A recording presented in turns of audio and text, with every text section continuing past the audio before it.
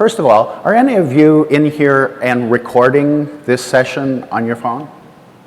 Okay. And if you were, what you would do is take the recording and then afterwards you would tell the AI, summarize everything that Doug said. If he said anything interesting, just put it into a form that I can use, right? So in the future, this is going to be the way that you're going to be able to interact with people and be able to remember what it is that's important and how you want to use it. So as Simon said, I'm a musician and a journalist and a strategist in communications and digital technology. I see my niche as at the intersection of arts, journalism, and technology. I'm also, as he said, the, hold on here, advance, okay. I'm also the editor of ArtsJournal, and every day we scan thousands of stories from all over the world and collect those that speak to issues of the day in the world of arts and culture. I started ArtsJournal 25 years ago, and since then we've day by day chronicled all the change in the culture during a truly transformational time. I've never really thought of ArtsJournal as a news source, but more a lens through which to look at the world. There are many lenses you can use: politics, business, sports. I prefer culture, and ArtsJournal aims to give you a sense of the issues and context of how culture is evolving. So artificial intelligence. What I'd like to try and do is give you an overview of the ways that it might impact culture broadly, more specifically orchestras, and then finally, even more specifically, how you personally might want to use it in your work. You're probably sick of the letters A and I by now. The hype is intense. Every product you encounter these days seems like it has to have AI in it. Yet, for many of you who no doubt have tried it and tried to figure out how you might use it in your work, AI is still more promise than practicality. Given the formidable pressures of trying to just keep the doors open, who has time or resources to explore? You're looking for things that you can use now, and the good news is that those things already exist. There are many tools you can use to become more efficient, extend your reach, and make it possible for you to do things at a scale that simply wasn't possible before. The better news is that AI can make tiny organizations super powerful. Sam Altman, founder of OpenAI, says that it's only a matter of time before the first billion-dollar startup with only a single employee is created. That's the scale that we're talking about. But using AI requires some adjustment to our mindset. We need some ways to process and think about what's about to happen, and that's what I hope to do. There's lots of hyperbole and lots of embarrassing AI fails, as Simon said, that add glue to your pizza. I'm not an AI utopian. I'm not an AI doomer. But I do think that there are real threats to downsides for perhaps millions of us who will need to figure out how to adapt.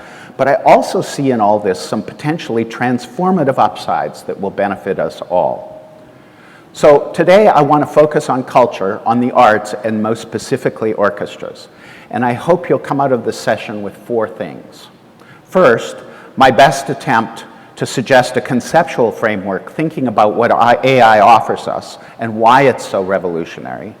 Second, to suggest some ways AI will change us creatively or artistically, our ways of doing business, and then finally some policy issues that we have to work out. And lastly, I'd like to offer some things that you can do right now to start thinking about the opportunities and, just important, prepare for the threats. I want to stress, I think AI is going to radically and fundamentally change the ways that our culture and our economy works. We don't have the choice to ignore it. Think about how incredibly different our world is now from pre-internet days. The technology changed, to be sure, but the more transformational thing was culture, how we communicate, what we pay attention to, how we get information, who we trust. The iPhone has only been around since 2007. Think about the transformation just since then.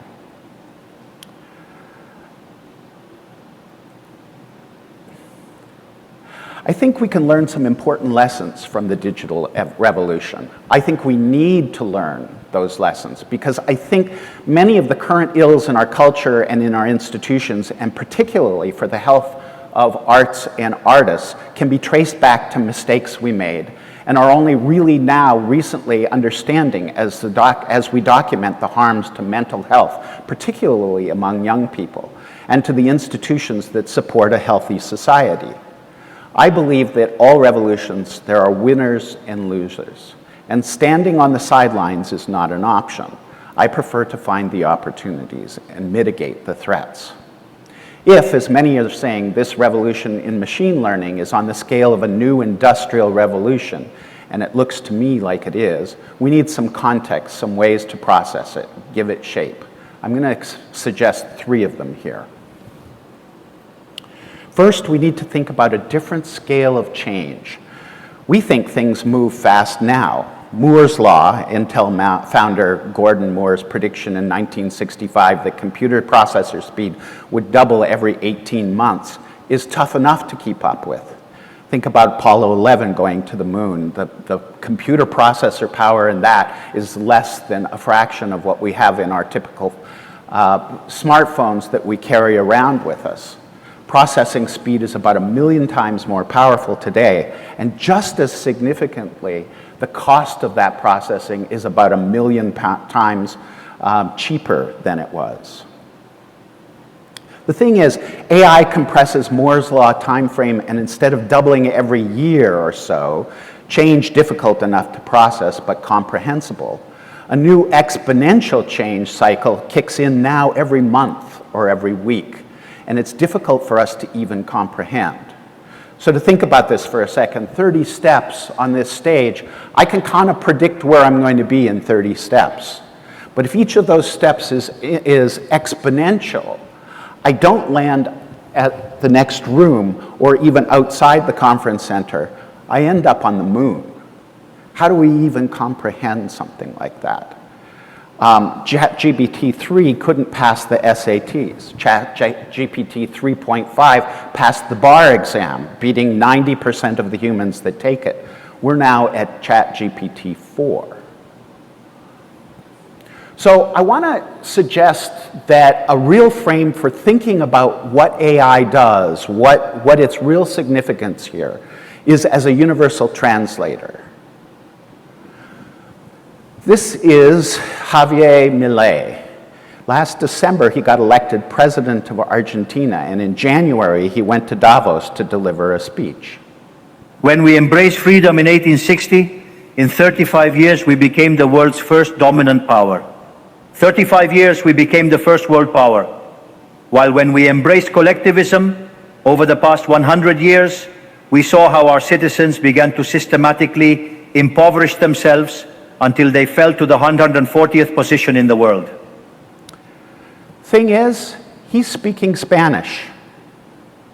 This is doing simultaneous translation into about a dozen languages in his own voice with his own inflections, right? This is transformational. AI, at its developer conference just a couple of weeks ago, Google unveiled a reportedly not ready for prime time version of this for all of us to use. Now think of the cultural implications. Anyone will now be able to talk to anyone in any language and have a conversation. Currently, only 3% of books in languages not written in English are translated into English. Now everything is accessible. And just like that, the Tower of Babel disappears. But let's carry this further. Movies can be produced in every language without subtitles or dubbing, using the actors' own voices, their faces synced to whatever language they're speaking. The same with music, books, theater. You thought globalism was dead? AI opens up culture from every corner of the earth to make it accessible in a way that it never was.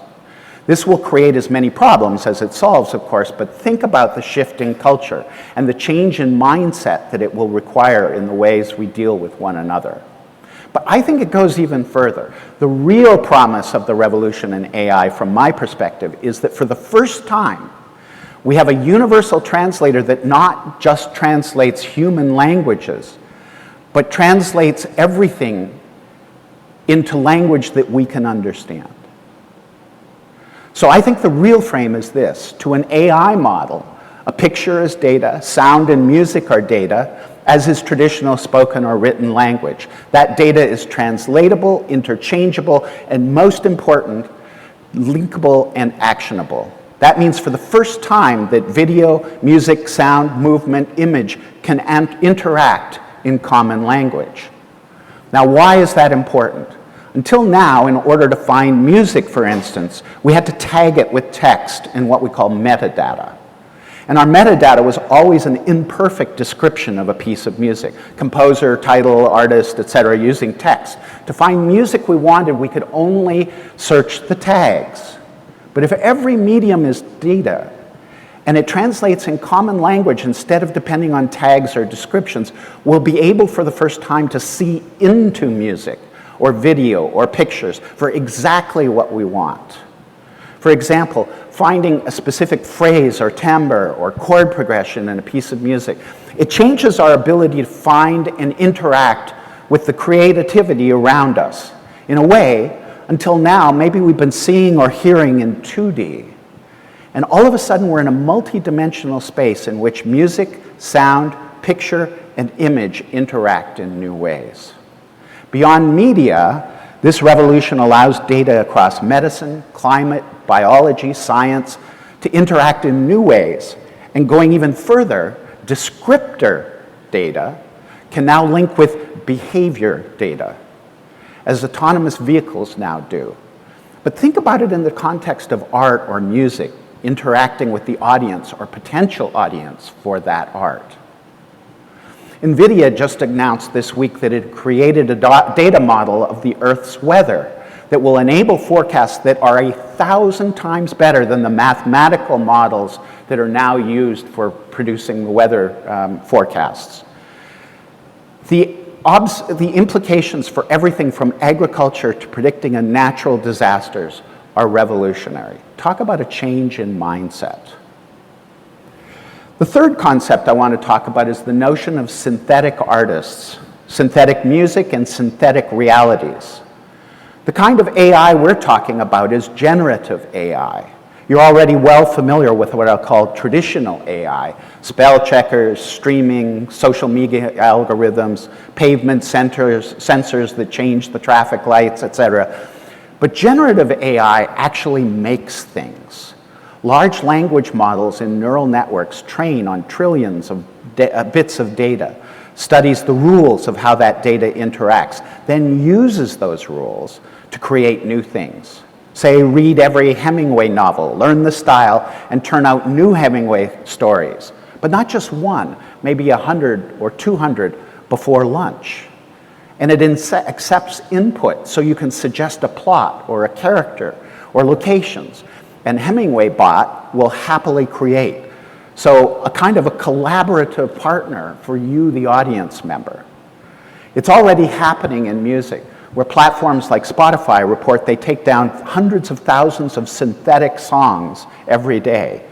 You can see the problem. AI floods the market, optimizing to the curation algorithms of a platform like Spotify, and it vastly dilutes the ability of musicians to be found, and importantly, to make a living. And it potentially transforms the extraordinary into the mundane, the commonplace. In a culture built around the extraordinary, identifying what the extraordinary thing is, what happens when everything is a peak? Our definition of extraordinary will, by definition, have to evolve. Hold on. Sorry, I think I went back here. Okay. One of the things AI is brilliant at is having a comprehensive body of specialized technical knowledge at its command, where it takes humans a career of experience and education to develop specialized skills for a task. Machines have already trained on and acquired them. For example, if you're a composer You want to write a piece of music for orchestra. You need years of study and work and a ton of specialized knowledge. How to read music, understand style, design rules, chord structures, melody, how to notate, orchestration, technical capability of every instrument and know how they sound together. And then you have to hire musicians, book a studio or concert hall, and hope that you can draw an audience. If it all works really, really, really, really well, maybe you can have a career. How long does it take from having the notion you might want to be a composer to having your first music played by an orchestra? 5 years? 10? 15? And even after you've had all that training and experience and you're well established, how long does it take from when you have an idea for a piece in your head until you actually hear it on a stage? A month? A year? 5 years? Between the notion of composing to actually being a composer who makes music, how many technical hurdles along the way frustrate or discourage or dissuade somebody from actually realizing it? If AI is really a universal translator, then instead of having to learn how to notate, I can describe exactly what I want in language that I speak. Instead of needing to know orchestration, I can build a piece around sound by telling the AI what I want. And instead of translating what I hear in my head to imprecise traditional notation, kind of code, I can endlessly describe and tweak and create the perfect realization of what I hear in my head. And if then I want a real orchestra to perform it, I can print it out and they can know exactly what I intended. Now, instead of what, 5,000, 10,000, maybe even 100,000 composers who are capable of composing for an orchestra, now there are millions. And sure, most of what they make will be dreck, just wretched. But then again, if history is any guide, this will have a transformative effect on the ways that the art form will evolve. Just look at the impact of young musicians being able to learn from clips on YouTube. The average technical facility of today's musicians easily beats those of my generation. Photoshop turned anyone into a sophisticated photo editor. I've been playing with a new music generator called Udio. It launched at the beginning of April this year, maybe 6 weeks ago, and there are now several of these AI music generators. But I can describe music I want to create, and within seconds, Udio creates music, offering me ideas which I can modify or remodify with voice prompts. It's really rudimentary at the moment, but again, thinking exponentially, it's easy to see how sophisticated this will quickly become. OpenAI launched Sora in February, which does the same thing for creating video, and blew everybody away, as did DALL-E and Stable Diffusion for images last year, and ChatGPT for text in November of 2022. If you're a traditional orchestra, how are you going to position yourself? Is this a threat, or is it an intriguing possibility that revitalizes the art form? I think it's actually the latter. Here's another scenario. My AI has just ingested the entire catalog of every orchestra recording ever, including broadcasts. Scratch that. Every performance of classical music ever. It now understands not only how the music is put together and the styles of composers, it also recognizes stylistic differences between one performer and the next, one orchestra and the next, and the various conductors who lead them. And now it can create new performances based on all of this. This is, by the way, already happening in pop music, where there are synthetic, convincing Taylor Swifts and Drakes all over the internet. So now I'd like to hear that famous Leon Fleischer, George Szell, 1958 performance of Brahms' D minor concerto, not with that Cleveland orchestra, but with the Cleveland orchestra of today. How might it be different? What might I learn? Or maybe I'd like to create an entirely new performance using Chicago's brass, Philadelphia's strings, and Makala conducting. Think this won't happen? It isn't yet, and I've actually tried. But in the next year or two, absolutely. One can imagine synthetic soloists, virtual Lang Langs and Yuzhou Wangs, out on tour playing real instruments and interacting in real time with orchestras, or perhaps an entirely synthetic soloist for whom no technical feat is an obstacle. The BBC Symphony Orchestra has already released a full library of samples of all of its instruments, free for anyone to use. With a DAW, it's a digital audio workstation, anyone with Ableton or Cubase or Pro Tools can write sophisticated orchestra pieces.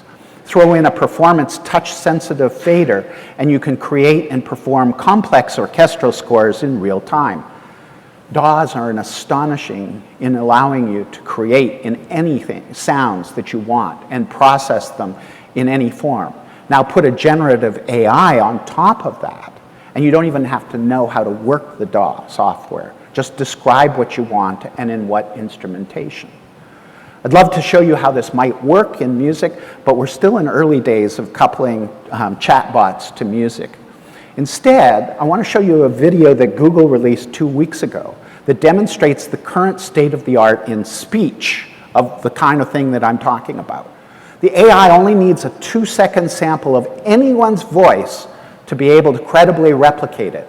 And again, remember the exponential curve in process. This is, after all, a Google demonstration and typically really, really cheesy. I'm doing fantastic. Thanks for asking. How about you? Pretty good. What's up? So my friend Barrett here, he's been having trouble sleeping lately. And I want you to tell him a bedtime story about robots and love. Oh, a bedtime story about robots and love? I got you covered. Gather round, Barrett. Once upon a time, in a world not too different from ours, there was a robot named Byte. Byte was a curious robot, always exploring. Started this story, but I want a little bit more emotion in your voice, a little bit more drama. Got it. Let's add some drama. Once upon a time, in a world not too different from ours, there was a robot named Byte. No, ChatGPT. I really want maximal emotion, like maximal expressiveness, much more than you were doing before. Understood. Let's amplify the drama.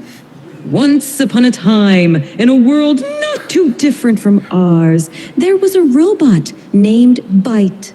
Byte Actually, can was you do this in a robotic voice now? initiating dramatic robotic voice. Once upon a time. Okay. So you can see that already the kind of voice sampling is really sophisticated. And for music, it's getting to be that way too. Because remember, everything is just data. For artists, this opens new questions about what they're creating and on what terms. If before artists created performances, now they have to think about their unique essence. If an AI can be your surrogate, something you create that extends you, what could you co-create with that maybe even your audience or other artists collaborate with? It opens all sorts of possibilities for what you can do creatively and what your career might look like. One artist who's been thinking about this a lot is Holly Herndon, an American composer who lives in Berlin. She created an AI that she calls Holly Plus, which she trained on her own voice. She then made Holly Plus available for others to use, and Holly Plus sings in languages she doesn't speak, can perform technical melismas that she can't do. Here she explains. Holly Plus to create a wide range of vocals that I didn't sing from a set of recorded phrases that I did sing. I like to think of spawning as a kind of 21st century corollary to the musical tradition of sampling, which had a really big impact on both music and intellectual property. But I think spawning is far more exciting and potentially really weird. So for example, with sampling, usually you copy and remix a recording by someone else to create something new. But with spawning, you can perform as someone else based on trained information about them. And as an artist, this is making me rethink my own past work, as not only my archive, but potentially also I, myself, could become reanimated with AI. This also opens up the question of how we deal with a collective human archive, if we can reanimate old media. It opens up really big ethical and intellectual property questions that require entirely new conceptual and legal frameworks. One way that I like to think about intellectual property, I call identity play. So rather than limiting the use of my voice, I'm creating instruments to allow as many people as possible to create music with me and even as me. That's why I've made versions of Holly Plus freely available for anyone to use online. Okay, so Holly calls the technique timbre transfer, in which the essence of one artist is kind of used as a graft on another. And for an example, here's a short clip of Fur singing as himself through one mic and Holly Plus in the other. And it gets so murky, loving what you know, but I'll keep on swimming further up the road, and I've been calling out, calling out. Holly rejects the term AI and prefers the notion of collective intelligence, a term I'll get back to in a few minutes. So what kinds of hybrid orchestral collaborations might become the norm? And how will this extend and transform the art form? So now we come to the business part of this, because it's going to transform the way that you do business out in the world. The digital age has been really, really bad for creative people. Brutal for arts organizations like orchestras. Traditional arts organizations have been trapped in cost disease in which the costs for performances like orchestra concerts continue to go up while the digital space distribution costs fall to almost nothing. The online audience is scaled to massive numbers, millions, hundreds of millions, even billions, while traditional performing arts see their ability to reach through markets flooded with cheap, distracting content increasingly difficult. The problems are so self-evidently intractable that most of the major foundations and corporations that used to routinely support traditional art forms have pulled away. Yes, they're focusing more on social issues, but at least some of them have concluded that traditional arts institutions have a viability problem. I attribute much of the bad state we're in to the insertion of big tech as middlemen who exacts heavy tolls on creative work of all kinds and have captured the basic societal utilities upon which the modern economy runs. 45 years of no enforcement of antitrust has shriveled choice and competition and has concentrated online markets to a few players, with practically no afterthought on big tech part. The cultural infrastructure that supported traditional arts, culture, and journalism was undermined and swept away. I can't stress this enough. Big tech inserted itself between creators and their audiences, charging significant tolls and making it impossible to not, if not impossible, for traditional culture to be financially viable. But I think there's actually a glimmer of hope. With recent suits brought against Google, Apple, Amazon, Facebook, and now Ticketmaster and Live Nation, a rejuvenated Biden FTC under Lina Khan has begun the arduous work of breaking up some of these monopolies. The decaying of social networks, which have, as the writer Cory Doctorow observed, enshittifies the internet with ads, bots, and trolls, offers opportunity to rebuild the creative marketplace. And maybe, just maybe, AI is a real opportunity to reinvent the business infrastructure. So, an example. In the 1950s, if you looked at big orchestra charts, philanthropy departments barely existed, marketing departments were thin, and educational programs were modest. Today, as ticket sales cover less and less of the typical budget, marketing and development is a major part of the operations of any orchestra. And yet, the reach of orchestras into the general population, the ability to get in front of highly fragmented, highly segmented market has gone down. The typical arts organization is plagued by a lack of resources and the ability to reach potential audience. The typical big brand wouldn't dream of launching a product without marketing budgets that typically outstrip what it costs to make the movie or serial or car.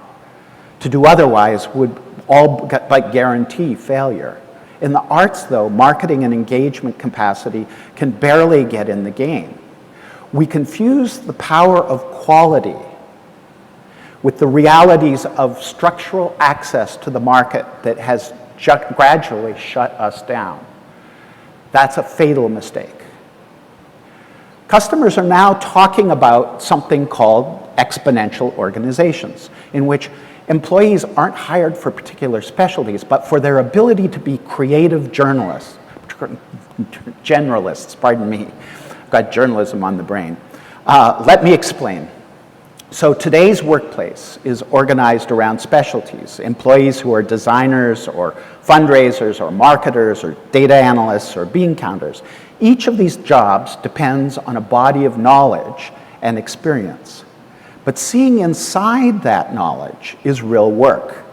The average white-collar employee in America spends 32 days a year on data retrieval of one kind or another, a significant cost. And the data is almost always inexact or incomplete and almost always not of the moment. Companies are starting to build what are called digital twins. These are data models of an organization that measure every aspect, not only of the company itself, but relevant contextual data about the market in which you operate and about your customers. Because everything is data for an AI, nothing has to be in structured databases, which means that all the data can talk to one another and learn and evolve in real time. And AI agents can spin up bots on the fly to query and get answers and solve problems. Think of the dashboards you use to monitor ticket sales or marketing or schedules or audience behavior. And then imagine a model that not only is able to interact, but to model and align behaviors with strategies. Instead of thinking of software as tools, think of AI as skills which interact dynamically, with agents calculating tasks, then calling upon the appropriate expertise and tools to solve or implement. Organizations go from being black boxes that require real expertise to see inside, to digital models that you can interact with, try out scenarios on, and react to in real time. Such models will ultimately be networked to be able to anticipate market shifts, economic forces, and importantly, understand in detail shifts in taste and consumer behavior. Use cases abound. One big shipping company used AI plugged into real-time weather and current information to steer the ships autonomously as they go around the world, saving about $2 million a year per ship in fuel costs. That's big savings. Any one of us now carries personal sensor devices that record where we are, what we're doing, and what we pay attention to.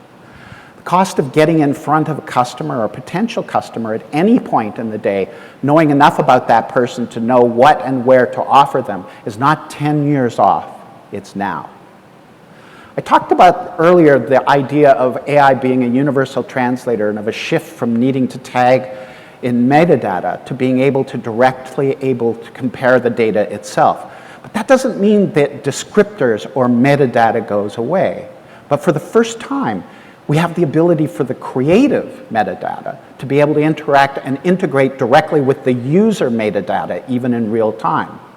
To personalize audience experience inside a concert hall or lobby based on what the audience member needs. To provide contextual assistance, to interact with customers as they're buying their tickets, choose the best experience. In the future, to interact with your audience's digital twin assistant to alert them when something is important to them. Or even use facial recognition to figure out where in a performance you're actually registering with your audience. The possibilities to extend your reach is not in a scattershot hit or miss broadcast way, or something dependent on someone else's opaque algorithmic platform, but to be able to simultaneously have one-on-one interactions with thousands of potential audience members. The revolution in marketing is, for example, isn't the opportunity to craft 1,000 different messages for 1,000 different people, but to be able to interact, engage, and persuade 1,000 customers on their own terms, not just feed them unwanted messages. There's a cliche about us shaping our tools and then our tools shaping us. The notion that we address problems based on tools we have created. So a hammer is everything, to everything looks like a nail. So think of institutions as tools. We shape them in the form of the kinds of things we want them to do. But the more complex the problems, the more layers an institution grows, the further away it can get from the ultimate thing that it's trying to do. The typical institution has silos stuffed with expertise, but the silos often don't touch each other. AI turns that traditional organization chart sideways. Suddenly, we don't need specialties with deep expertise. We don't need number crunchers or marketing analysts. AI can support all of that kind of activity. But that doesn't mean we don't need employees. It allows us to redeploy talent and right size for our own resources. Instead of needing experts with technical skills to separate and bury in silos, we'll need creative generalists. This shifts our work from skills to projects. That's a profound shift. With that in mind, how might you change the tool of the institution in getting things done?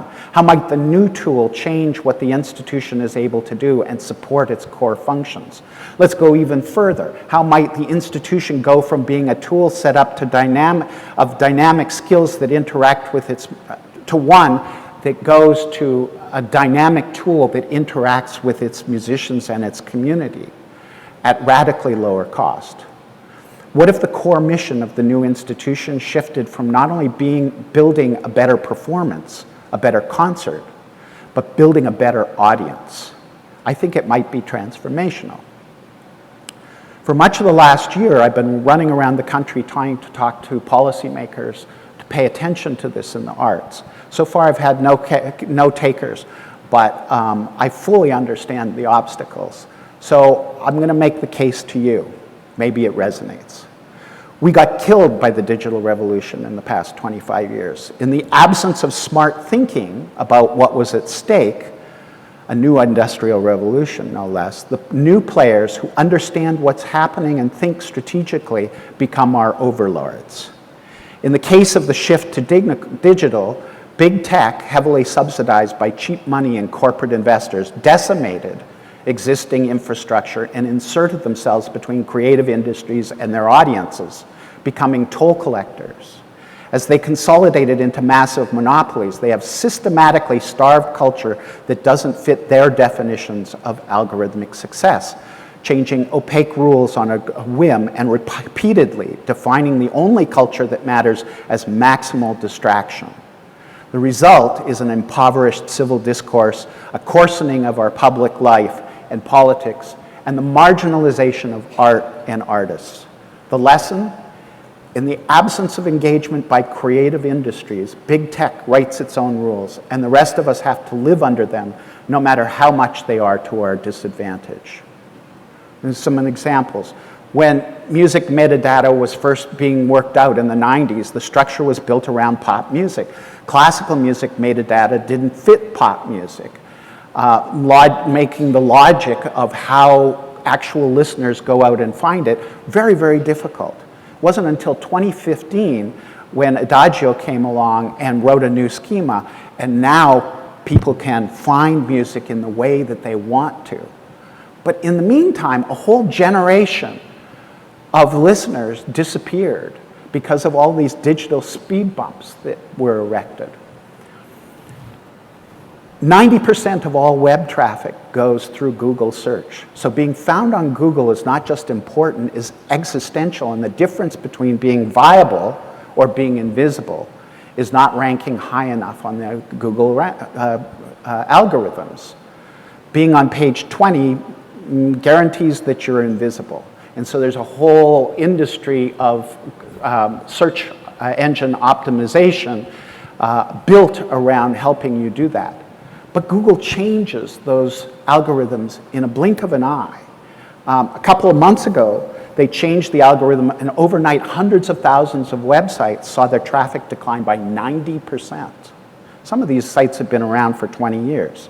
And chilling stories are no less true about the ability to find culture. It's just that the poverty of that infrastructure largely happened while no one was looking. And we keep thinking that it's a content quality issue or an engagement issue, when it isn't. So what are the policy issues we ought to be paying attention to? And I realize you're all struggling just to keep the doors open and deal with today's challenge. And that's why this is difficult. So some issues right now. Copyright. You might have heard that all sorts of artists are suing, but copyright rules were never intended for AI. And so these artists are going to lose, right? Right now, there are dozens of groups in Washington, D.C. Lobbying for what the new copyright rules are going to be. Are orchestras involved with that? Are artists involved with that? Not to any meaningful extent. So how do you copyright the essence of an artist? These are issues that are going to have to get worked out, and unless we're part of that conversation, it's going to happen in ways we might not like.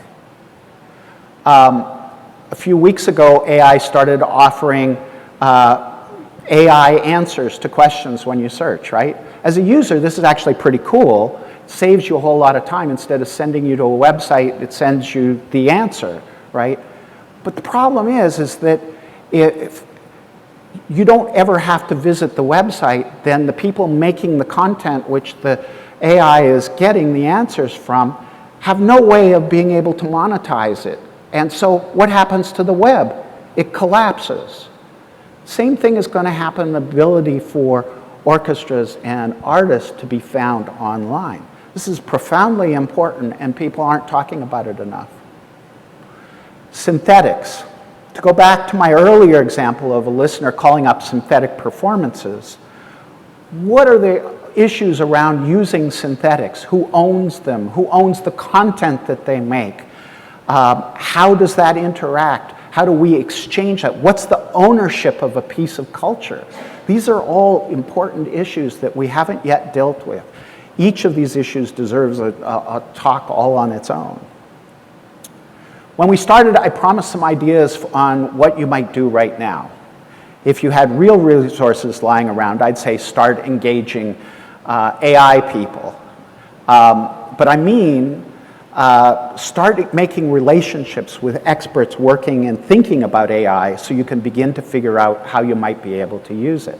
Almost all Fortune 500 companies now have not only chief AI officers in their C-suites, but AI departments beginning to incorporate AI on all their product workflows. Why? Because the cost savings are enormous. The gains in productivity and potential markets are significant. Your goals may be more modest, but in time, not far off, AI is going to be part of every transaction and business and artistic relationship you have. You can start to understand and prepare for it now, or struggle to keep up later. But since you don't have endless R&D resources and your capacity for risk is low, I have a few suggestions. One, don't get distracted by shiny AI toys. You'll be seduced and it will lead you down unproductive paths. Two, invest in your mindset. You need a philosophy, a point of view, informed by your values and what you are trying to accomplish. But you also need to have an understanding of the possibilities. Now more than ever, it's important to know why you exist and what it is that you're trying to accomplish. Three, problems first, solutions later. Don't reach for solutions that you don't have problems for. That happens a lot in any kind of technology revolution. Four, start playing. The way to get comfortable with AI is to play with it. You will find things that are useful. More important, it will expand your worldview and how you might interact with others. You'll learn to speak AI. And five, still unsure of how you might use AI? Ask it. Be as specific as possible. Engage it in conversation. It will suggest ways in which it might help you. Just ask it a simple question. I'm an orchestra of this size, I have this. How could you help me? It will give you suggestions, believe me, things that you didn't think about. So that's actually a really cool thing to do. And lastly, as you may have noticed, I love talking about this stuff, and I'm eager to learn more. So if you want to chat or ask a question or maybe even argue with me about some or many of the things I've said, drop me an email at McClennan@artsjournal.com, and I'll have my AI talk to your AI. And in the meantime, go to the website and sign up for my newsletter. I write about all of these issues and will continue to do it more or less weekly going forward. So thank you. I realize that was a lot of information and a lot of ideas in a very short time. I appreciate your patience. Thank you.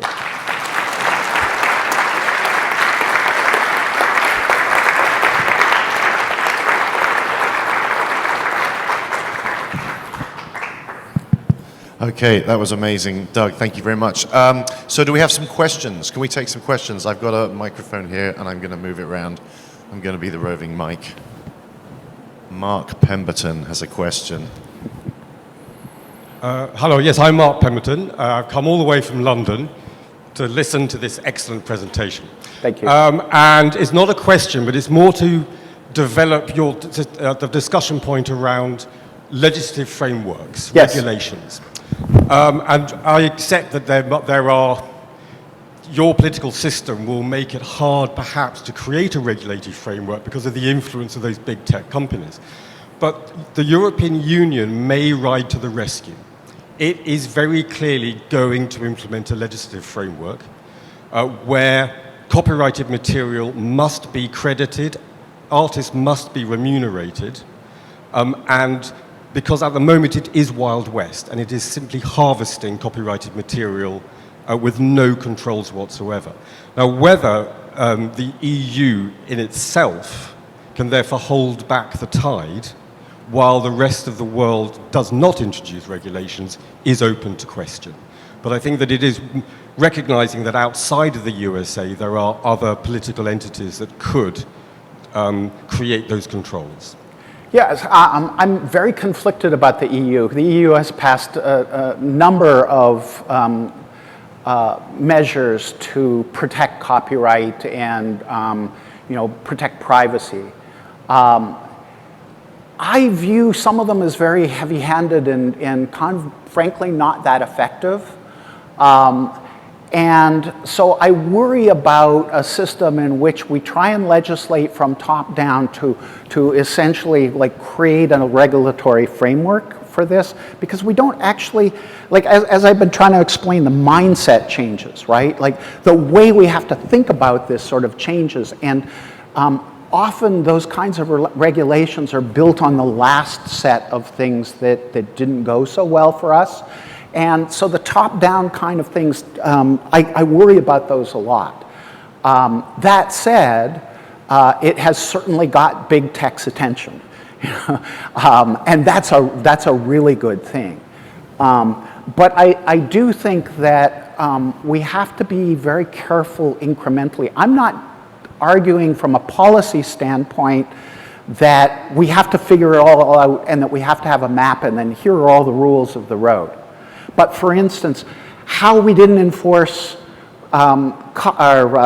antitrust and let these companies be so large and buy up all their competitors and all the adjacent businesses, that has led to all sorts of just really horrible things. We have a lot of laws that could apply to this already. So I agree with you. I think the EU is helping enormously. But even those things like we're going to charge Google for putting news stories on that show up in their search things. It's a very, very bad idea because it's an aftermarket tax on something that, frankly, they don't really care about, right? But if instead you reformed the ad market that they also own, which is an absolute monopoly, both for the buyer and the seller and the marketplace, then suddenly that problem goes away in a significant way. So it's not easy. I'm coming over there. It's a big room. Hi, my name is Ruthie. I'm an artist. I am very curious to hear about how you see these AI tools as a way to generate new art and champion new artists. Like, it's so cool to imagine booking synthetic Yuja Wang, but how does the new Yuja Wang find a path into the industry when everybody can book synthetic Yuja Wang and everybody can use free Holly Plus? So I would love to hear ideas for how this can create a vibrant young community of artists as opposed to a world where we all see synthetic ABBA, you know, for the Right, rest of our right. lives. So Right. I'd love to hear your thoughts on that. So I think anytime you expand the tools, anytime you make things possible that weren't possible before, like, you know, I have a terrible visual sense, but put me in Photoshop or something and suddenly I look like a world-class designer, right? And so, you know, I have a terrible singing voice, but I have lots of ideas for songs, right? But if I could create a voice that would be sort of synthetic, but that is of my own creation that I could shape, then all of a sudden you've freed me to be able to think creatively about how to make songs, how to perform them, how to interact with other people, right? So putting tools in the hands of artists is a way of expanding their ability to do things that only so far could be in the imagination. When you give these tools to everybody, you're going to get a whole lot of really unimaginative kind of, you know, ho-hum stuff. But people who have inspiration, artists, are going to use those tools and create things that we can't even imagine right now in ways that we don't know. So I'm very excited about, you know, where this takes us, how it evolves. Like the issues that we have right now are not the issues we're going to have the day after tomorrow, right? Some of the creative, technical issues that we have to cope with right now, that we'll solve them, but then there will be others that will show up. So I think that this gives us, if you have any notion that the creativity has sort of stalled in any kind of way, nothing puts fire on it by giving you a new capability and setting you loose to try and figure out how to use it.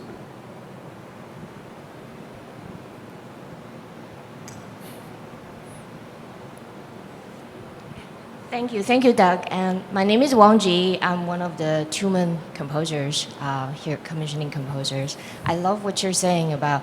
On my other side of the creative work, I'm also a creativity scholar. I've spent 11 years investigating what the nature of extraordinary artistic creativity and the AI evolution and revolution also make me excited because the learning curve for composers, we're really looking at that as a reality. The learning curve for composers to be able to create extraordinary symphonic works for orchestras across the nation is much more likely with the AI technology. But I'll just share maybe one thing that really struck me in 11 years of investigating extraordinary artistic creativity is that the fact we're human beings is the fact that we're biological and not architectural. And I think putting that into a framework that we are biological, we're already seeing the fact that AI technology, it will weed out a lot of the average really quickly. And that is a great opportunity for artists and composers to think what makes something that is so human-based that is irreplaceable. And one more thing, take out my notes. Composing as a creative practice, and the best of us composers, need something more than simply the right notes or the knowledge of the orchestration. There is something that is ineffable that makes me want to write a symphony, and this is about feelings between us that is ineffable, that cannot be put into words. I just want to be a reminder today for everyone here that we composers work every day, we labor our inspirations and feelings into our symphonic works for you and to connect with your audiences. All of that, it springs from feelings and how much we want to connect with everyone who's putting on good shoes to come to your orchestra performances that they want to feel elated, they want to feel good as human beings to be part of this great art form that we all believe in. So thank you. Yeah, you're exactly right. There's actually a whole, I just did a talk in Los Angeles about the idea of all of this technology and the speed up and all of this. I actually think that it's an opportunity for us to take back and reinforce the humanity of what it means to be an artist, what it means to be part of a community, what it means to interact with one another. I kind of look at where we are now as some sort of, hellscape of content that is artificially fed to us, that is not good for us, and the decay of all of those social network platforms and the possibilities of AI being able to grab back those things that I think are the essence of the human experience, the individual experience.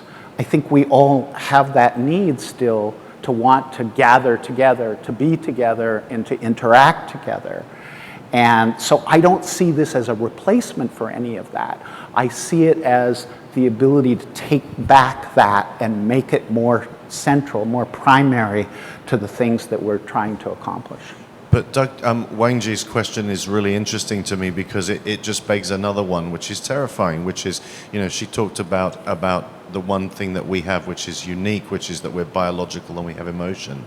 But can we imagine a world in the future when AI can replicate that, where AI can replicate emotion? I mean, that's the question that for me it begs. Yeah. So what's your answer to that? I use the metaphor of the slow food movement. Okay, so in the 60s when fast food came out and suddenly you could predict what you were going to get when you went into a McDonald's or a Kentucky Fried Chicken or whatever, and people just went nuts for it, right? It grew like crazy. But after a while, people started to realize, oh, wait, it's not very good for you. It doesn't taste all that good. It's familiar, that's good. But there's something sort of soulless about it that doesn't nourish us, right? And so that began the slow food movement. And the whole idea of slow food is it's important about the culture around eating.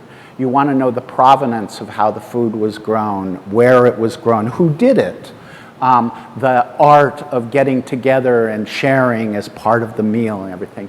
And now slow food has become a movement that sort of emulates in all sorts of other spheres, right? That's that need to create culture around it. So when you say an AI, I use the example of Hemingway stories because they've actually already done that, and they're actually pretty damn good. I think there's going to be endless supply of that stuff, but there already is endless supply of really crappy art out there, or art that's sort of purpose. And that is just sort of wallpaper, when you can replicate the Mona Lisa in a print in a jillion different ways, it ceases to have any kind of meaning to you in a way. But we still value that thing that is the one-to-one interaction. And if I used AI to create that, that's still input. I don't know that completely answers it because I don't know that there is an answer right at the moment, but that's my belief in what the essential part of being an artist and that art experience in a shared space is. Next question, Bill Neri. Hi everybody, Bill Neri from the Sphinx organization. I just had a really quick question for the room, actually, if I may. I just want to do like a temperature check on the industry. Who here runs or is part of an organization that is currently leveraging AI tools as a centerpiece of their workflow or product? Thank you. That's more than I expected. Okay. Interesting. Next question.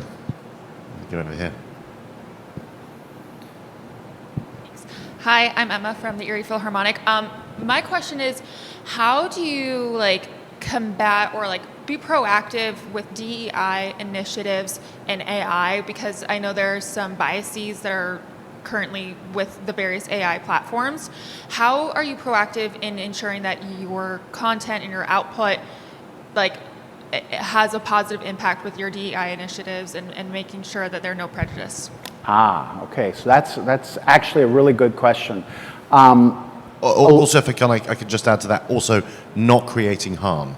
There's another words I would use there. Thank you for that question. Part of the problem when you train AIs on the entire internet is that you scoop up all the bad stuff as well. And so that pizza glue thing, that was from a post on Reddit, and somebody was making a joke, and the AI didn't understand that it was a joke, and so it took it seriously, right? There's also sort of embedded cultural prejudices in the internet, obviously, but also the way some of these things are trained. And so, for instance, I think it was, might have been Google, who took its AI down for a little bit because they asked for a picture of the founding fathers, and it was all people of color, right? There's nothing wrong with that, but it's not accurate. So there is need to be concerned about that. The way AI is starting to evolve is that you have these massive large language models that live, there are 5 like really super big ones right now, and they take about $200 million, $300 million a year just to train and operate, and the electrical costs and all of that. So only the biggest companies can afford to do that. But what's also being developed now are local language models in which you train it on your own data, where you all of your data stays within your local computer, but it trains its abilities based on one or more of these large models. So you have the opportunity to be able to train your AI in a way that is consistent or congruent with your own values, with your own data, and all of that.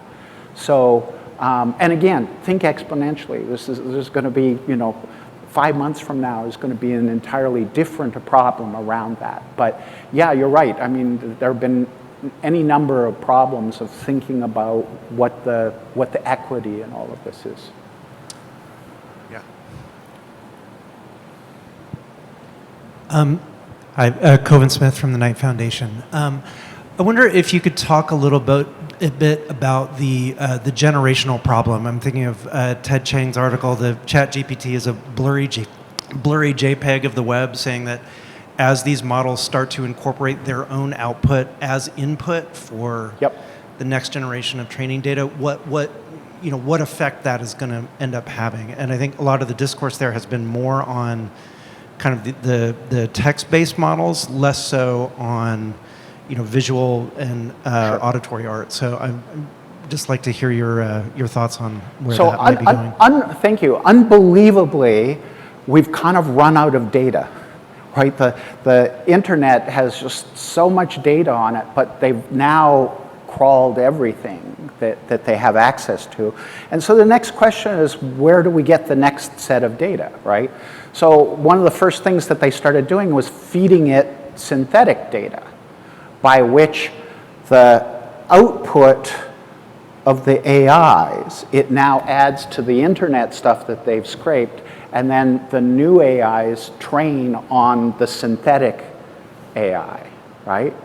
And what they've discovered is that the hallucinations just get to be extraordinary. It's like, they actually call it pollution, right? The data sets become polluted. And so there's been a back off of that. So where is the next data going to come from? It's going to come from our phones, from our sensors, from motion sensors, from in the real world, so that we'll be able to interact with the real world in real time. And we'll be able to create things that will, if this happens here, make this physical action happen over there, right? So that, if you think about the amount of data out there, the amount of sensors out there, the amount of data that we're able to now even collect, it exponentially increases the amount of data. But that still doesn't answer the question of how do you make the data that we've already scraped and get rid of that synthetic data so that it becomes more in focus and isn't just the blurry JPEG of that. And I think they're working on that. But right now, I don't hear a lot of people even understanding all the issues. So until they start to get a little more into focus, we'll start addressing those things. It's just we haven't got there yet. One last question. I'm going to go over here, and then we'll wrap up. Hi, Maarten from Symphony.live. I also, next to Symphony.live, write a newsletter called Music X about music and tech. Thanks, Doug.